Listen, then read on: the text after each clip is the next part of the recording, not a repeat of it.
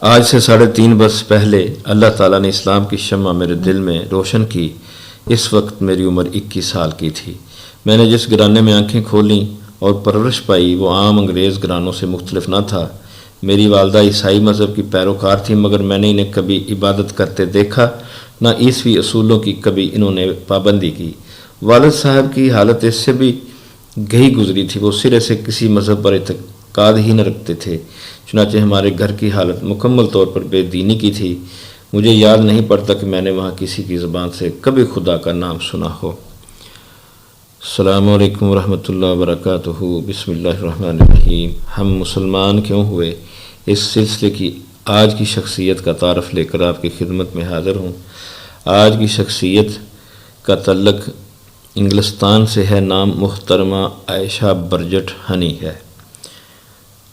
تو ان کا داستان شروع کرنے سے پہلے میرا یوٹیوب چینل سبسکرائب کر دیں اور بیل آئیکن بھی پریس کر دیں۔ بچپن میں مجھے ایک مذہبی اسکول میں داخل کرایا گیا۔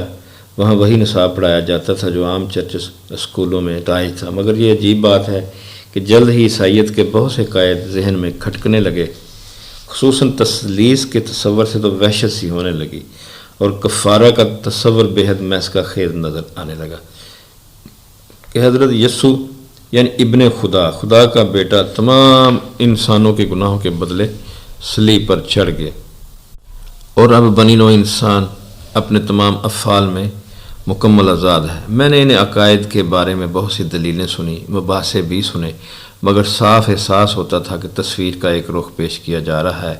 میں ساری تصویر دیکھنا چاہتی تھی۔ قصہ مختصر یہ کہ میں پڑھتی تو ایک مذہبی اسکول میں تھی، مگر جب اسے چھوڑا تو مکمل بے دین ہو چکی تھی۔ اسکول کی تعلیم سے فارغ ہو کر میں نے فلسفہ پڑھنا شروع کیا۔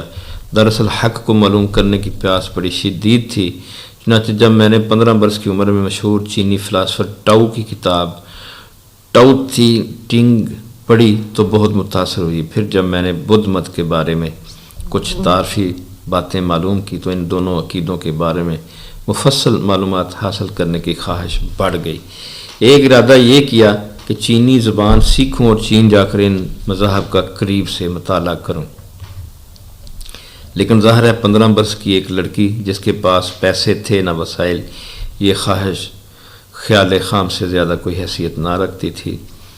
تاہم 17 برس کی عمر میں ملازمت کے سلسلے میں کینیڈا چلی گئی اور 2 سال میں اچھی خاصی رقم جمع کر لی۔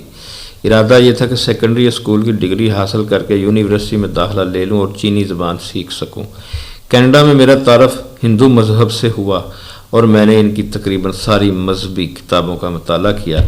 یوں میں نے اندازہ کیا کہ ٹاؤازم، بدھ مت اور ہندو مذہب میں حسن بھی ہے، عمق بھی، اور سرفرازی کا انداز بھی، مگر ان میں سے کسی نے بھی میرے ذہن یا وجدان کو مطمئن نہ کیا۔ اس وسیع دنیا میں جہاں لوگ ایک دوسرے کے بہت قریب آ گئے ہیں، یہ تینوں مذاہب روزمرہ کی زندگی میں کوئی توازن یا استحکام پیدا کرنے میں مکمل طور پر ناکام ہیں۔ وہ کسی نہ کسی پہلو کو کلی طور پر نظر انداز کر دیتے ہیں۔ مثال کے طور پر ٹاؤ فلسفی کا بانی صوفی بن گیا اور ہر قسم کی لذتیں ترک کر کے دنیا کے دور دراز کونوں میں مارا پھرتا رہا۔ بدھ نے حق کی تلاش میں بیوی بچوں سے کنارہ کشی اختیار کر لی۔ ہندو لٹریچر کی بنیاد گو اخلاقیات پر استوار ہے، مگر اس مذہب میں اجتماعی زندگی گزارنے کے سارے نظریات بے بنیاد اور فریب نظر کے سوا کچھ نہیں دکھائی دیتے۔ اس تجزیے نے مجھے سخت مایوس کیا اور میں ان میں سے کسی پر ایمان نہ لا سکی۔ میں اکثر سوچتی کہ حق محض اتفاق ہے، کیا یہ سارا کارخانہ محض حادثاتی ہے؟ ذہنی تناؤ اور پریشانی بڑھتی رہی، حتیٰ کہ میں رات بھر سو نہ سکتی اور روحانی پیاس مجھے انگاروں پر لوٹاتی رہتی۔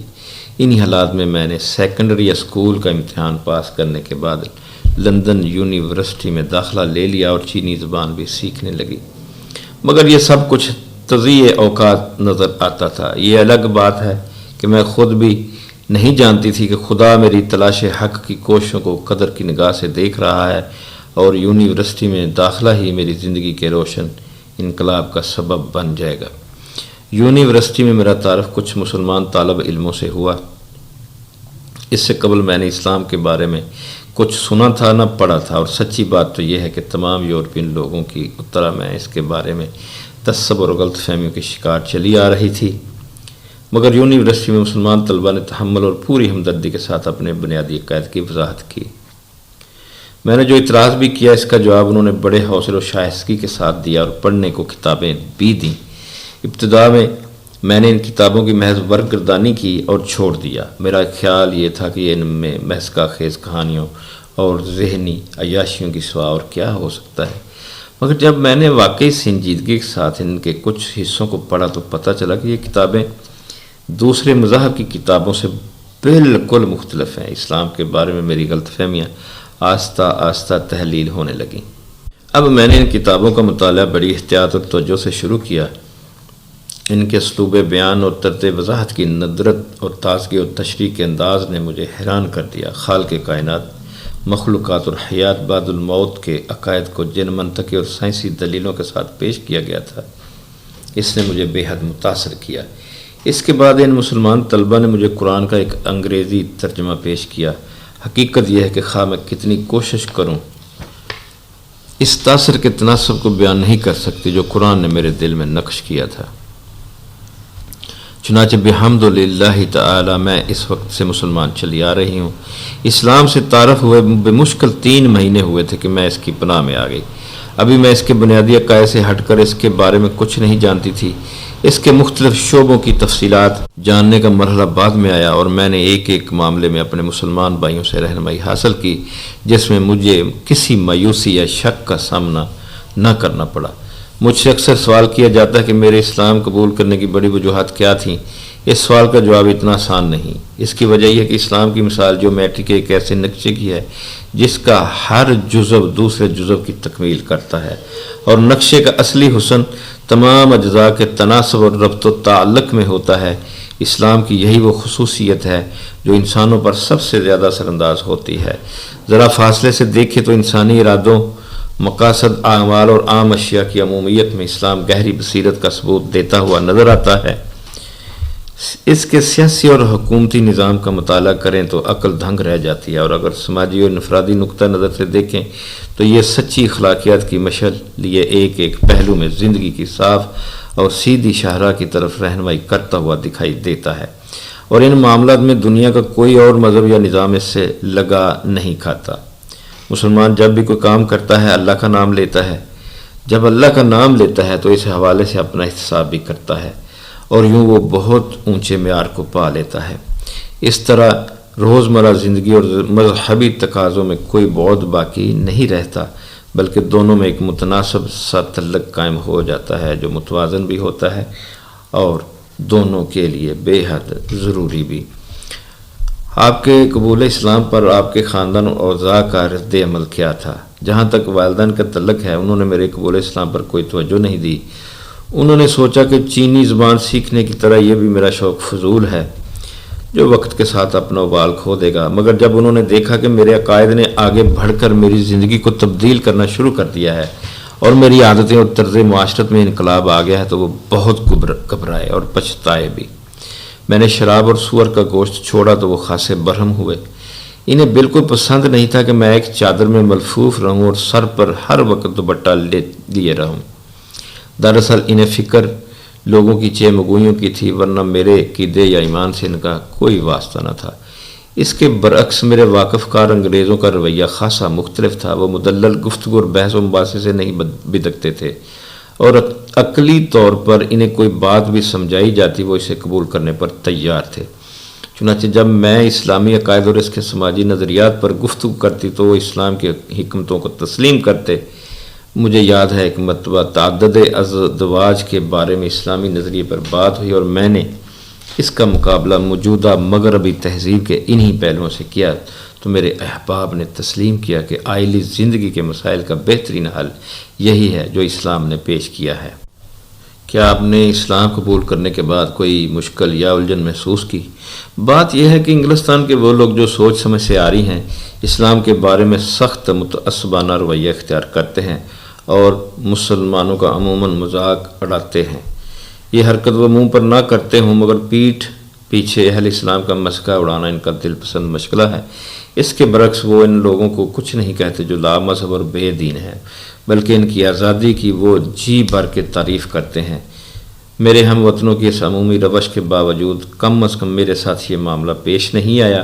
اس کی وجہ یہ تھی کہ میں یونیورسٹی میں اورینٹل اینڈ افریقن اسٹڈیز کی طالبہ تھی، اور جن لوگوں سے نیا نیا تعارف ہوتا تھا وہ عموماً مذہب اور عقائد سے آگاہ ہوتے تھے، تاہم میں بخوبی جانتی ہوں کہ دوسرے مسلمانوں کو کس قسم کے سلوک کا سامنا کرنا پڑتا تھا۔ آپ کے خیال میں اشاعت و تبلیغ اسلام کے لیے کون سا طریقہ موزوں ہے؟ اغیار میں اسلام کی تبلیغ و اشاعت سے پہلے ہمیں اپنی زندگی اور اعمال کا محاسبہ کرنا چاہیے۔ ان معیارات کو حاصل کرنا بے حد ضروری ہے جو اسلام نے متعین کیے ہیں۔ دراصل یہ فرض کر لیا گیا کہ اسلام کے مبلغ بننے کے بعد ہمیں کسی فکر کی ضرورت نہیں، حالانکہ یہ ذمہ داری بہت ہی نازک اور اہم ہے۔ اسلام کے بارے میں مکمل معلومات رکھنے کے بعد ہی ہم اچھے مبلغ بن سکیں گے۔ اس میں کوئی شبہ نہیں کہ اس سلسلے میں مختلف کتابوں کی بھی خاصی اہمیت ہے، اور ایک غیر مسلم زبانی بات چیت کے مقابلے میں کتاب پر زیادہ توجہ دے سکتا ہے، لیکن بدقسمتی سے انگریزی میں اسلام پر اچھی کتابیں بہت کم ہیں۔ تاہم میں پھر کہوں گی کہ ایک جیتی جاگتی زندہ مثال ہی اسلام کی تبلیغ و اشاعت کے لیے مفید رہے گی۔ اگر ہم زندگیوں کو لازماً اسی سانچے میں ڈھالیں جس کا تقاضا قرآن کرتا ہے، تو اسلام کو پھیلنے سے کوئی قوت نہیں روک سکے گی۔ برطانوی مسلمانوں کو سماجی زندگی میں کن مشکلات کا سامنا کرنا پڑتا ہے؟ جہاں پورے کا پورا خاندان اسلام کی آغوش میں آ جاتا ہے، وہاں کوئی مشکل پیش نہیں آتی۔ وہ لوگ اسلامی اقدار کو اختیار کر لیتے ہیں اور امن و راحت کی زندگی گزارتے ہیں۔ لیکن جب کوئی غیر شادی شدہ لڑکا یا لڑکی یا شادی شدہ مرد یا عورت اکیلے اسلام قبول کرتی ہے تو مشکلات کا ہجوم اس کے استقبال کے لیے موجود ہوتا ہے۔ انہیں ہر وقت یہ احساس تنگ کرتا ہے کہ یہ معاشرہ اور یہ ماحول ان کا اپنا نہیں ہے۔ انہیں نماز پڑھنے اور روزہ رکھنے میں سخت رکاوٹوں کا سامنا کرنا پڑتا ہے۔ خدا کا شکر ہے کہ مسلم گھرانے اس سلسلے میں اپنی ذمہ داریوں کو نبھا رہے ہیں۔ برطانیہ میں ہمیں ایسے مدرس درکار ہیں جو اسلامی تہذیب کا نمونہ بھی ہوں اور نو مسلموں کو قرآن اور اسلام کی تعلیم بھی دے سکیں۔ بہت سے نو مسلم قرآن سمجھنا چاہتے ہیں مگر وہ ایسی سہولت نہیں پاتے۔ مجھے یہ کہتے ہوئے افسوس ہو رہا ہے کہ لندن کا اسلامی کلچر سینٹر اس سلسلے میں کچھ بھی نہیں کر رہا۔ مسلمان طلبہ یہ فرض نبھا سکتے ہیں، مگر ایک تو انہیں اپنی نصابی سرگرمیوں سے فرصت نہیں ملتی، دوسرے وہ کما حق کو ہو اپنے فرض کی عظمت کا احساس نہیں رکھتے۔ دراصل وہ یورپ کی جھوٹی اور مصنوعی چمک دمک سے مرعوب ہیں۔ ان کی آنکھیں ان بناوٹی روشنیوں سے چندیا گئی ہیں اور وہ نہیں جانتے کہ یہ سب کچھ مداری کا کھیل ہے۔ آخر میں اسلامی ملکوں کے مضبوط خاندانی نظام اور صاف ستھری جماعتی زندگی کو خراج تحسین ادا کیے بغیر نہیں رہ سکتی۔ اگر ہم اس کا مقابلہ یورپ کی معاشرتی اور خاندانی قباحتوں سے کریں تو یہ پتہ چلتا ہے کہ مسلمان عظمت کی کن بلندیوں پر فائز ہے۔ اس سے اندازہ ہوتا ہے کہ اگر فی الواقع اسلام کا سماجی نظام برسر عمل آ جائے تو رحمت و برکت کا کیا عالم ہوگا۔ الحمدللہ آج کی شخصیت کا تعارف ختم ہوا۔ انشاءاللہ کسی دوسری شخصیت کا تعارف لے کر پھر آپ کی خدمت میں حاضر ہوں گا۔ تب تک کے لیے اجازت۔ اللہ حافظ۔ اللہ آپ کا حامی و ناصر ہو۔